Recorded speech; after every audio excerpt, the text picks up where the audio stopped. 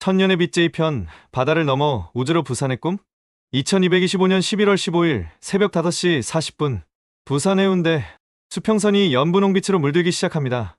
하지만 이것은 200년 전의 해운대가 아닙니다. 지금 해운대는 바다 위 20m 높이에 떠있는 거대한 플랫폼입니다. 시메타폴리스 바다 위의 도시 29세의 유나림은 침대에서 눈을 뜹니다. 그녀의 침실 바닥은 투명합니다. 아래로 바다가 보입니다. 투명한 바닥 너머로 돌고래 무리가 헤엄치고 있습니다. 이것은 그녀가 가장 좋아하는 아침 풍경입니다. 시스템, 오늘 바다 컨디션. 좋은 아침입니다, 하림님. 현재 해상 상태는 완벽합니다. 파고 0.8m, 수온 18도, 가시거리 25km, 돌고래 무리 37마리 감지. 조깅하기 이상적인 날씨입니다. 하림은 미소를 짓습니다. 부산의 해양 AI는 서울의 AI와는 다릅니다. 더 자유롭고 더 친근합니다. 마치 바다처럼. 하림은 운동복으로 갈아입고 집을 나섭니다. 그녀의 집은 해상부유 도시의 17층에 있습니다. 엘리베이터를 타고 2층으로 내려가면 바로 조깅 트랙입니다. 투명한 플랫폼 위를 달리면 마치 바다 위를 달리는 느낌입니다. 오늘도 일찍 일어났네, 하림아. 옆에서 이웃 남성이 인사합니다. 김민수, 은퇴한 선박 엔지니어입니다. 김 아저씨도 오늘 일찍 나오셨네요. 부산 사람은 바다를 봐야 하루가 시작되지. 70년을 살았는데 이 습관은 못 버리겠더라고. 둘은 함께 달리기 시작합니다. 발밑으로 바다가 펼쳐지고 수평선에서 태양이 떠오릅니다. 하림은 이 순간을 사랑합니다. 기술과 자연이 완벽하게 조화를 이루는 순간. 하림아, 너 우주조선소에서 일한다며? 요즘 어떤 프로젝트 하고 있어? 화성 왕복선 외피 소재 개발하고 있어요. 우주 방사선을 99.9% 차단하면서도 무게는 기존의 40%밖에 안 되는 소재요. 김민수는 감탄합니다. 대단하네. 내가 젊었을 때는 배를 만들었는데 요즘 젊은이들은 우주선을 만드는구나. 부산은 정말 변하지 않아. 항상 바다를 넘어 새로운 세계로 가는 관문이지. 하림은 이 말에 깊이 공감합니다. 200년 전 부산은 한국 최대의 항구 도시였습니다. 배들이 드나들며 세계와 연결되는 곳. 2225년 부산은 여전히 관문입니다. 하지만 이제는 우주로 가는 관문입니다. 오전 8시 부산 우주조선소. 이곳은 지구에서 가장 큰 복합 제조 시설입니다. 길이 15km, 폭 8km. 한쪽에서는 해양 탐사선을 만들고 다른 한쪽에서는 우주 화물선을 만듭니다. 바다와 우주 두 세계가 하나의 공간에서 만납니다. 하림은 보안 게이트를 통과합니다.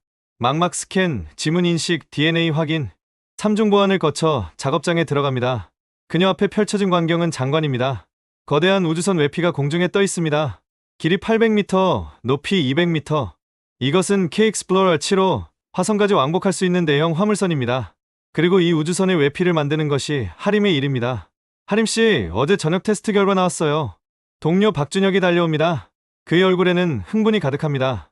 어땠어요? 대박이에요. 우리가 개발한 양자 복합 소재, 내구성이 기존 대비 340% 향상됐어요. 게다가 무게는 60% 감소. 이 소재로 만들면 화성 왕복 횟수를 50회에서 200회로 늘릴 수 있어요. 하림은 주먹을 불끈 줍니다. 정말요? 드디어 성공했구나. 3년 동안 연구한 보람이 있죠. 이제 우주 여행 비용을 획기적으로 줄일 수 있어요. 둘은 작업장으로 향합니다. 그곳에는 인간 엔지니어 15명과 로봇 120대가 함께 일하고 있습니다. 로봇들은 정밀한 작업을 담당하고 인간은 창의적 문제 해결과 품질 검사를 담당합니다. AR 모드 활성화, 섹션 B47 구조 상세 분석. 하림이 명령하자 그녀의 눈앞에 증강현실 화면이 펼쳐집니다. 우주선 외피의 분자 구조가 3D로 나타납니다. 탄소 나노튜브, 양자결합층, 방사선 차단 필름, 수백 개의 층이 미세하게 쌓여 있습니다. 여기 이 부분, 온도 변화에 따른 팽창률이 0.003%예요. 우리 목표는 0.001%였죠. 조정이 필요해요. 어떻게 조정할까요? 양자결합층의 밀도를 12% 높이고 탄소 나노튜브의 배열 각도를 0.5도 조정하면 될 거예요. 박준혁은 즉시 시뮬레이션을 돌립니다. 시뮬레이션 결과 완벽합니다. 하림씨, 당신은 천재예요. 하림은 손사래를 칩니다. 천재가 아니라 노력파예요. 3년 동안 5,000번 이상 실험했으니까요. 그게 한국인이죠. 포기하지 않는 것. 오후 2시 부산 우주항 스페이스 게이. 하림과 준혁은 오늘의 하이라이트를 보기 위해 관제센터로 이동합니다. 오늘은 달에서 돌아오는 화물선 K-7823호의 도킹 예정일입니다. 관제센터는 긴장감으로 가득합니다. 거대한 홀로그램 스크린에 우주선의 위치가 실시간으로 표시됩니다. K7823호, 현재 고도 5만 미터. 감속 시작합니다. 관제사의 목소리가 울려 퍼집니다. 도킹 시퀀스 정상. 충돌 확률 계산 중. 하림이 자신의 단말기로 계산을 시작합니다. 충돌 확률 0.00002%. 안전합니다. 확인. K7823호 도킹어가 창밖으로 거대한 그림자가 나타납니다. 길이 3km의 화물선. 이것은 달에서 헬륨3를 싣고 온 배입니다. 이 헬륨3로 한국의 핵융합 발전소는 1년간 무한 에너지를 생산할 수 있습니다. 우주선이 천천히 하강합니다. 바다 위 10km에 걸쳐 펼쳐진 우주항의 도킹 플랫폼에 정확하게 안착합니다. 오차 범위 0.5cm. 완벽한 도킹입니다. 관제센터에서 박수가 터집니다. 성공입니다. 하림과 준혁도 서로를 껴안으며 기뻐합니다. 매번 봐도 장관이에요. 우주에서 온 배가 바다에 내렸다니. 준혁의 말에 하림이 답합니다. 우리 조상들도 놀랄 거예요.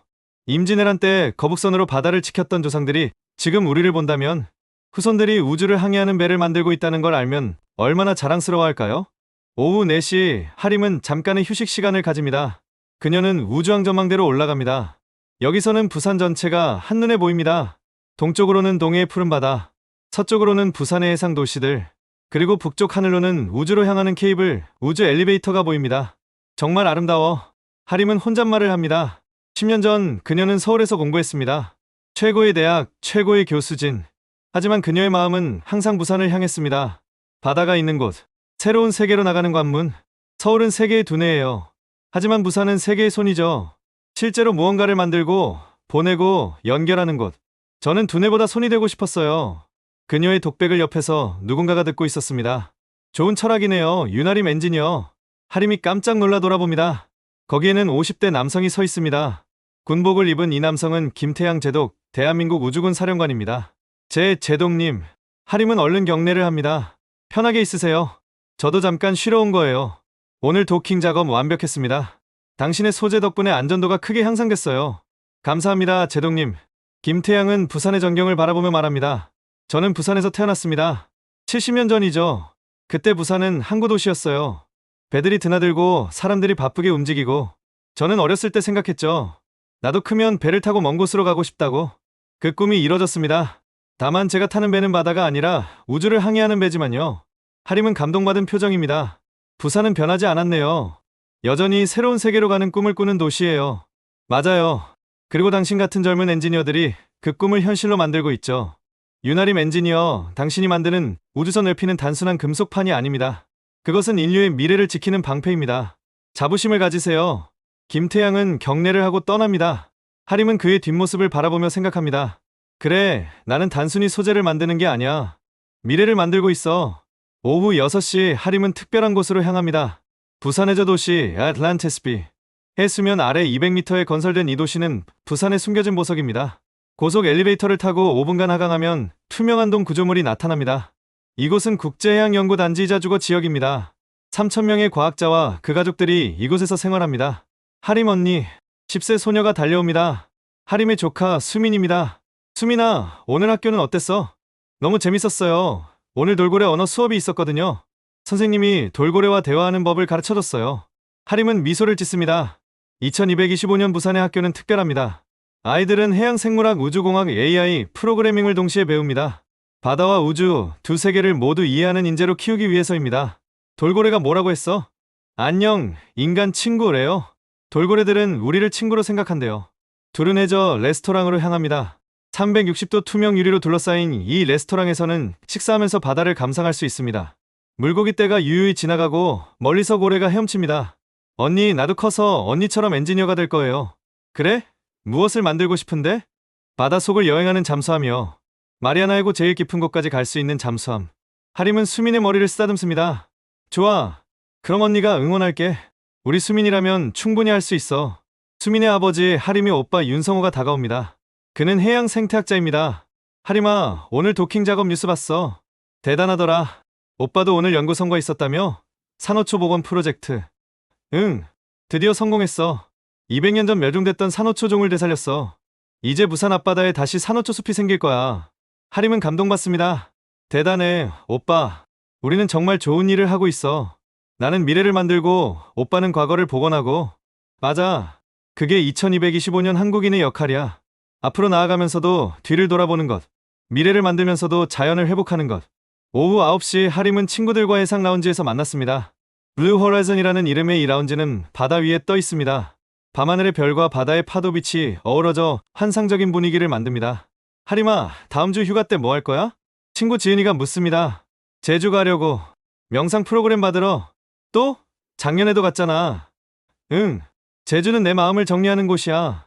부산에서는 빠르게 일하잖아. 그런데 가끔은 느리게 쉬고 싶어. 제주는 그런 곳이야. 친구 민준이가 술잔을 듭니다. 건배하자. 대한민국 최고의 엔지니어, 윤아림을 위해. 야, 무슨 최고의 엔지니어. 아직 멀었어. 아니야. 너는 이미 최고야. 내가 만든 소재가 인류를 우주로 안전하게 데려갈 거잖아. 하림은 미소 지으며 잔을 듭니다. 고마워, 다들. 그런데 나 혼자 한 게 아니야. 우리 팀 전체가, 아니 대한민국 전체가 함께 만든 거야. 그게 한국의 힘이잖아. 함께하는 것. 자정, 하림은 집으로 돌아왔습니다. 투명한 바닥을 통해 야간 바다가 보입니다. 생물 발광 플랑크톤들이 푸른 빛을 내며 춤춥니다. 시스템, 수면 모드. 네, 하림님. 오늘 추천 수면 음향은 깊은 바다입니다. 파도 소리를 저주파로 조정하여 숙면을 도와드리겠습니다. 방 안에 부드러운 파도 소리가 흐릅니다. 하림은 침대에 누워 천장을 바라봅니다. 천장은 투명 스크린으로 되어 있어 밤하늘이 보입니다. 별들이 빛나고 그 너머 어딘가에 그녀가 만든 우주선이 날고 있습니다. 나는 행복해. 정말 행복해. 내가 좋아하는 일을 하고 내가 사랑하는 도시에 살고 내가 만든 것이 인류에 도움이 되고 이보다 더 좋을 수 있을까? 하림은 눈을 감습니다. 꿈속에서 그녀는 우주를 날아갑니다. 별들 사이를, 행성들 사이를, 그리고 그 모든 여정이 부산에서 시작됩니다.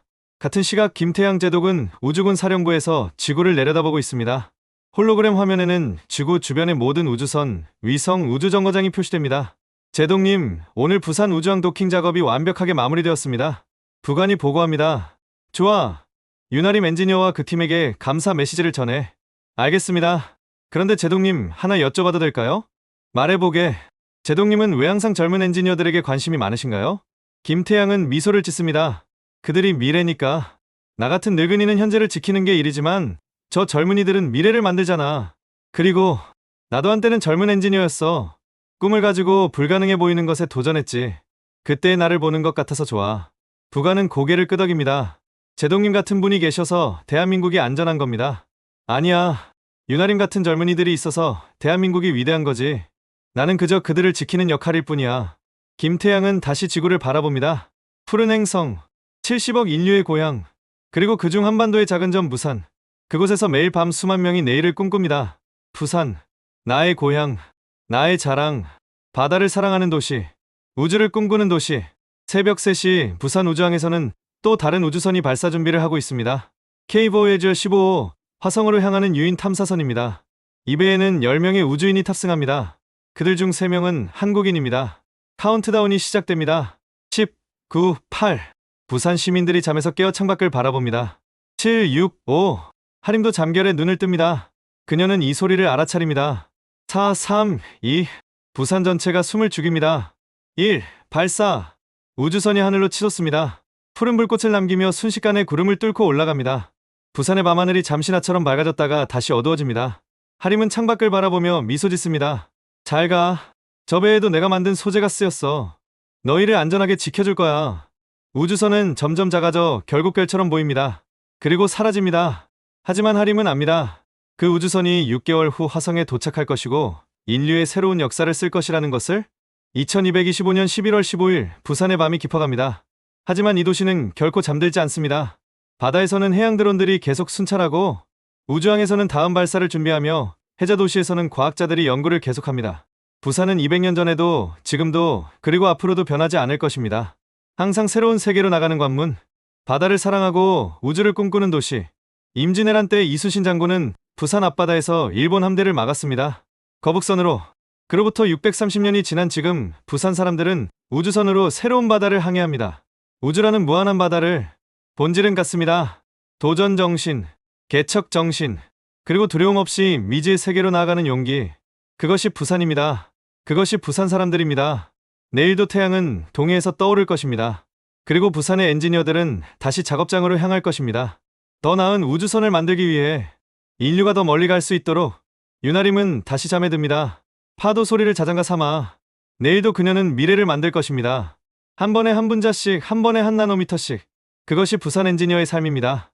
그것이 2225년 대한민국의 힘입니다.